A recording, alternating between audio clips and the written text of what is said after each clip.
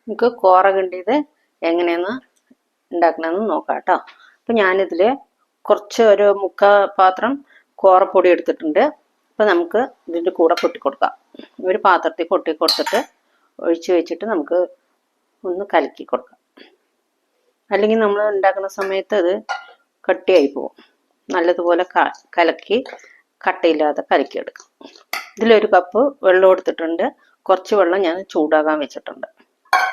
അപ്പം ഇതിൻ്റെ കൂടെ തന്നെ കുറച്ച് ഉപ്പിട്ടിട്ട് കലക്കി കൊടുക്കാം. കട്ടിയില്ലാതെ കലക്കാം.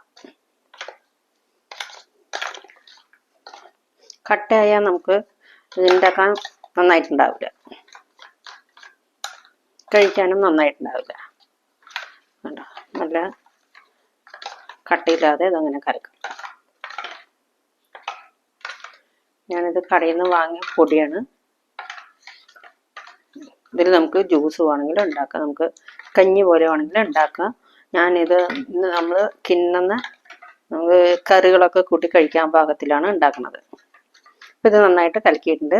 ഇനി നമുക്ക് ഒരു ചട്ടി വെച്ചിട്ട് വെള്ളം ചൂടാകാൻ വയ്ക്കും. വെള്ളം ചൂടാകാൻ വെച്ചിട്ടുണ്ട്. അപ്പം അതൊന്ന് തിളക്കട്ടെ. കണ്ടോ, ഏത് പാത്രം വേണമെങ്കിലും നമുക്ക് വെക്കാം കേട്ടോ.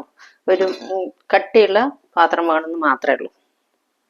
അപ്പം ഇതൊന്ന് ചൂടായിട്ട് ഇതിൽ ഉപ്പിട്ടിട്ടുണ്ട്.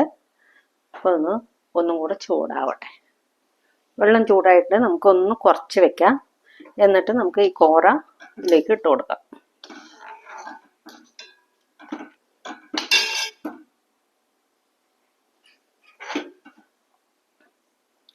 കോറ ഒഴിച്ച് കൊടുക്കാം.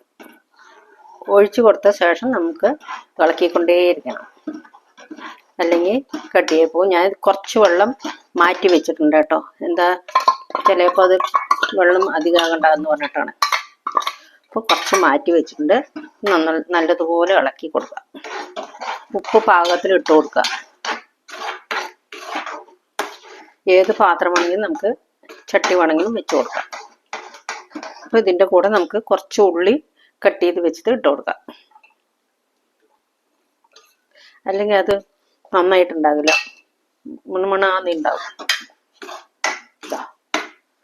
അല്ലേ, നല്ലതുപോലെ ഇളക്കി കൊടുക്കാം കേട്ടോ.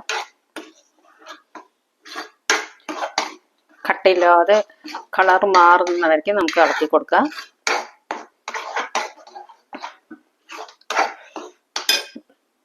ഒന്ന് തീ കൂട്ടി കൊടുക്കാം. വേണ്ട, പാത്രത്തിൽ നിന്ന്